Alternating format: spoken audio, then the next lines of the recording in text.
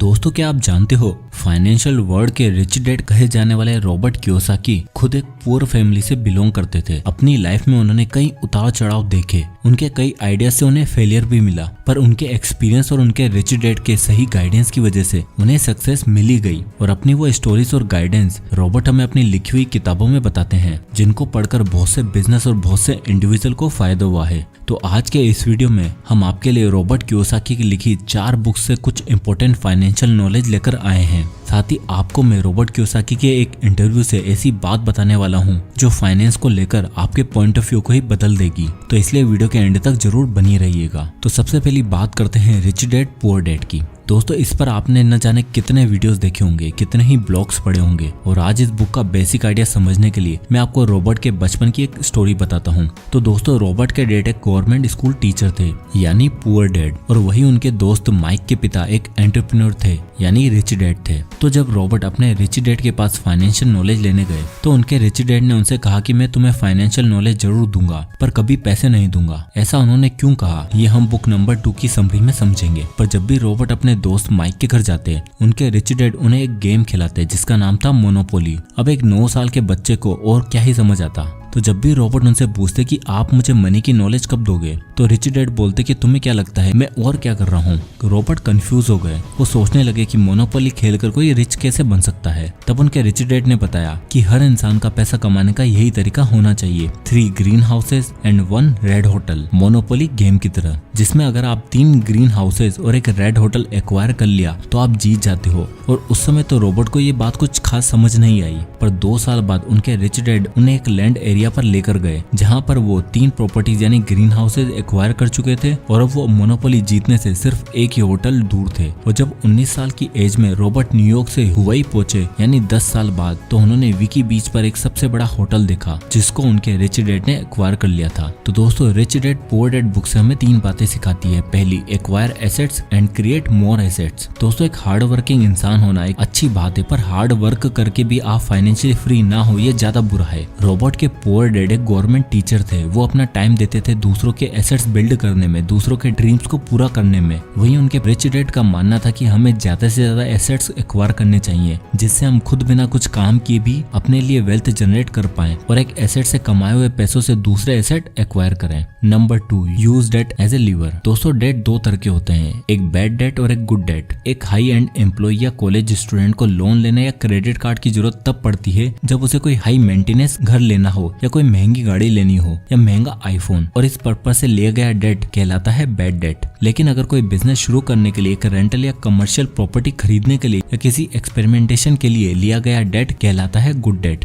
Robert कहते हैं कि हमें एसेट्स बिल्ड करने के लिए डेट्स लेना चाहिए, लेकिन वो डेट गुड डेट होना चाहिए, ना कि bad debt. Number 3, check your income and expenses. Robert हमें बताते हैं कि इनकम वो पैसा होता है जो हम जॉब या एसेट से अर्न करते हैं, और एक्सपेंसेस हर वो चीज जिसे हम अपनी पर्सनल चीजों को पूरा करने के लिए खर्चते हैं। और हम में से मोस्टली मिडिल क्लास लोग अपनी एक ही सोर्स ऑफ इनकम से अपने सारे एक्सपेंसेस को पे करने की कोशिश करते हैं, और उसी इनकम से हम अपनी सेल्फ फुलफिलमेंट के लिए खर्चे करते हैं, like vacations, car, phones etcetera. और यही सबसे बड़ा रीजन है हमारे अमीर न बन पाने का। रॉबर्ट हमें बताते हैं कि अगर हम अपने एक्सपेंसेस को कम नहीं कर सकते तो हमें पहले 2 पॉइंट्स की मदद से अपने इनकम को इंक्रीज करना सीखना चाहिए। अब आती है book number 2, cash flow quadrant. तो दोस्तों, जैसे हमने पहली बुक समरी में देखा कि जब रॉबर्ट अपने रिच डैड से फाइनेंस के बेसिक सीखने और उनके लिए काम करने गए, तो उनके रिच डैड ने उन्हें कोई भी आवरली वेज देने से मना कर दिया। उन्होंने ऐसा इसलिए किया क्योंकि अगर वो रॉबर्ट को एक सैलरी बेसिस पर कुछ करवाते तो वो जिंदगी भर के लिए यानी ई एम्प्लॉय वाले क्वाड्रेंट में ही रह जाते। और ये क्वाड्रेंट्स कौन कौन से होते हैं, आइए इस बुक समरी में समझते हैं। कैश फ्लो क्वाड्रेंट ही एक ऐसी बुक है जो वर्ल्ड के सभी वर्किंग क्लास पीपल को 4 स्टेजेस और क्वाड्रेंट में डिवाइड करती है, और हमें ये बताती है कि नॉर्मल ह्यूमन बीइंग, जिसको सिर्फ ट्रेन ही किया जाता है कि एक हाई लेवल पेचेक अर्न करने के लिए, कॉर्पोरेट वर्ल्ड में काम करने के लिए, वो कैसे इस रेट रेस को अवॉइड कर सकता है। तो इस बुक की सबसे पहली लर्निंग है कि रॉबर्ट इस बुक में हमें बताते हैं कि पूरा वर्ल्ड 4 डिफरेंट क्लासेस में बटा हुआ होता है। पहला ई यानी एम्प्लॉयज, दूसरा एस यानी सेल्फ एम्प्लॉयड या छोटे बिजनेस, तीसरा बी यानी बिजनेस ओनर या बड़े बिजनेस, और 4th आई यानी इन्वेस्टर्स। पहले एम्प्लॉयज। दोस्तों, एम्प्लॉय वो होता है जो अपने किसी भी काम में सिक्योरिटी ढूंढता है और उसके लिए फाइनेंशियल सक्सेस का मतलब कॉर्पोरेट लेडर की टॉप पोजीशन पर क्लाइम करना। Number 2, self employed. Self employed या स्मॉल बिजनेस का मतलब होता है सेल्फ कंट्रोल। ये वो लोग होते हैं जो किसी एक फील्ड में काफी स्पेशलाइज्ड होते हैं और इन्हें ऐसा काम करना पसंद होता है जिससे इनको हाई पैकेज और फुल कंट्रोल मिले। Number 3, business owners. इसके बाद आता है बिजनेस ओनर्स जो फ्रीडम ढूंढते हैं। इनके लिए फाइनेंशियल सक्सेस का मतलब होता है एक बड़ा प्रॉफिटेबल बिजनेस सिस्टम तैयार करना और अपना काम करवाने के लिए एम्प्लॉयज रखना। 4th, investors. फिर आते हैं इन्वेस्टर्स। इन्वेस्टर भी फ्रीडम ढूंढते हैं, पर ये कोई बिजनेस तैयार नहीं करते बल्कि अपने पैसों को किसी ऐसे प्रॉफिटेबल बिजनेस में लगाते हैं जहां से इनको हाई रिटर्न्स मिले। और ये एक ऐसा सोर्स है जहां आपको पैसा अर्न करने के लिए खुद मेहनत नहीं करनी होती बल्कि आपका पैसा मोर अर्निंग्स क्रिएट करता है। अब आती है इस बुक की learning number 2, OPT and OPM। दोस्तों, आपको जानकर ये हैरानी होगी कि इंडिया में 90% लोग लेफ्ट वाले 2 क्वाड्रेंट्स में ही आते हैं और रिमेनिंग 10% ही राइट साइड वाले क्वाड्रेंट में आते हैं। ऐसा इसलिए क्योंकि राइट साइड क्वाड्रेंट वाले लोग OPT एंड OPM का प्रिंसिपल फॉलो करते हैं। OPT यानी others people time and OPM यानी other people's money. For example, Ratan नाम का एक बिजनेस ओनर है जिसने खुद से हाईली प्रॉफिटेबल बिजनेस बनाया है और अब वो अपना काम करवाने के लिए उसने रोहन नाम के एक एम्प्लॉय को रखा और उसकी कंपनी में रोहन जैसे और भी कई सारे यानी एम्प्लॉयज हैं। रतन को जब बिजनेस स्केल अप करने के लिए पैसों की जरूरत पड़ी तो उसने अपनी कंपनी को पब्लिक कर दिया और इन्वेस्टर से पैसा लेना शुरू कर दिया। वहीं दूसरी तरफ राकेश नाम का एक इन्वेस्टर है जो लाइफ के 8-10 साल काम कर चुका है और इतना पैसा कमा चुका है कि वो अब अपने पैसों से काम करवा सके।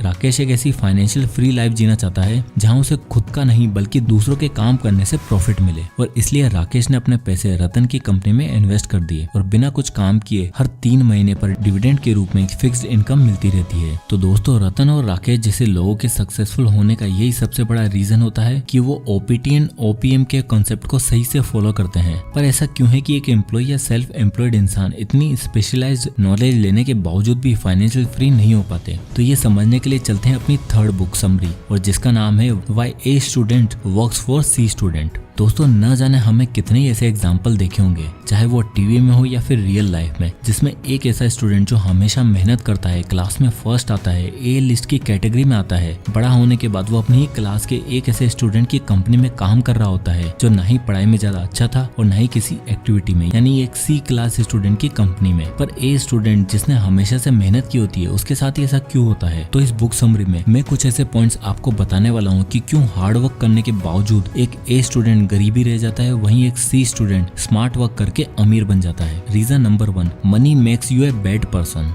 दोस्तों, रॉबर्ट हमें बताते हैं कि एक छोटे बच्चे को स्कूल में जब ये बताया जाता है कि पैसा इंसान को बुरा बना देता है, पैसा आपको आपके गोल से डाइवर्ट कर देता है, जिस पर ए स्टूडेंट बहुत ही आसानी से बिलीव कर लेते हैं। पर दोस्तों, ऐसा नहीं है। हाँ, हमने बहुत से ऐसे लोग जरूर देखे होंगे जो पैसे के आने के बाद ही पागल हो जाते हैं, पर वहीं ऐसे लोग भी होते हैं जो पैसा पाकर अपने परिवार, अपनी सोसाइटी, अपनी कम्युनिटी और अपनी कंट्री की हेल्प करते हैं। पैसा एक ऐसा फ्यूल है जो आपके इमोशंस को एम्पलीफाई कर देता है। यानी अगर आपके पास पैसा कमाने का मकसद बुरा था तो आप एक ऐसे बुरे इंसान बन जाते हो। वहीं अगर आपके एक अच्छे इंसान हो तो पैसा आते ही आप उसे लोगों की मदद करते हो। बिल गेट्स जो कि एक बिलियनियर है, उन्होंने अपनी डेथ के बाद अपनी 90% वेल्थ को चैरिटी में देने का वादा किया है और ऐसा करके वो अपने बच्चों को भी अच्छा इंसान बना रहे हैं। और यही रीजन C स्टूडेंट समझ लेता है और वो लोगों की हेल्प करने के लिए निकल पड़ता है। Reason number 2, giving less importance to financial education. दोस्तों, रॉबर्ट बताते हैं कि हम सभी के स्कूल्स में एकेडमिक्स नॉलेज दी जाती है, पर जब हम कॉलेज जाते हैं वहां से हम एक ऐसे प्रोफेशनल डिग्री भी लेते हैं। यानी हर इंसान के पास एक एकेडमिक और एक प्रोफेशनल नॉलेज तो है, बट फाइनेंशियल नॉलेज नहीं है। रॉबर्ट बताते हैं कि मैं खुद एक C स्टूडेंट था और मेरी इंग्लिश भी बहुत ही खराब थी, जिसकी वजह से मुझे हमेशा डांट सुननी पड़ती थी। और जब मैं अपनी बुक पब्लिश करवाने गया तब उन लोगों ने मुझे ये कहकर मना कर दिया कि तुम्हारे पास तो कोई प्रोफेशनल डिग्री नहीं है और हम इन फालतू की बुक्स को प्रिंट नहीं करते। पर जब 1997 में रिच डैड पुअर डैड छपी तब उस बुक को सबने काफी अच्छा माना और आज की डेट में इस बुक की 37 मिलियन से भी ज्यादा कॉपीज बिक चुकी हैं और फाइनेंशियल वर्ल्ड में इस बुक को वन ऑफ द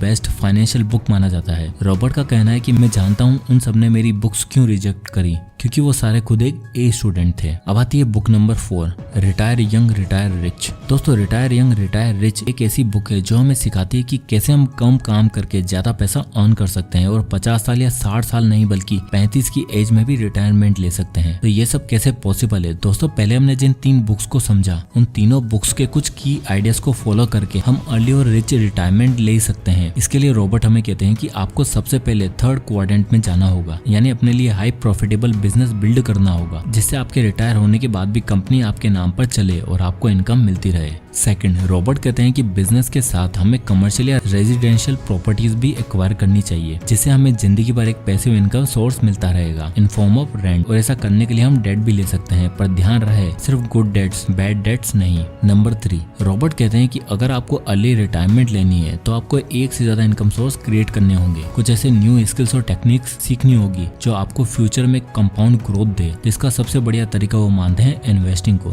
यानी अगर आप स्टॉक मार्केट की बेसिक नॉलेज लेकर उसमें इन्वेस्ट करते हो तो अपनी रिटायरमेंट एज यानी 50-60 साल नहीं बल्कि 35-40 साल में ही अपने पैसों को कंपाउंड होते देखोगे। और इन्हीं कुछ स्टेप्स को फॉलो करके आप फाइनेंशियली फ्री हो सकते हो and early and rich retirement के बेनिफिट्स उठा सकते हो। तो दोस्तों ये थी रॉबर्ट कियोसाकी की 4 बेस्ट बुक्स की समरीज। सो आई होप कि वीडियो आपको पसंद आया होगा, और अगर पसंद आया हो तो इसे लाइक करें और शेयर करें, और इसी तरह की फाइनेंशियल नॉलेज के लिए हमारे चैनल को सब्सक्राइब करें। और अगर आप किसी टॉपिक या बुक पर वीडियो चाहते हैं तो हमें कमेंट करें, मैं उस पर वीडियो बनाने की पूरी कोशिश करूंगा। तो मिलते हैं नेक्स्ट वीडियो में, तब तक के लिए जय हिंद।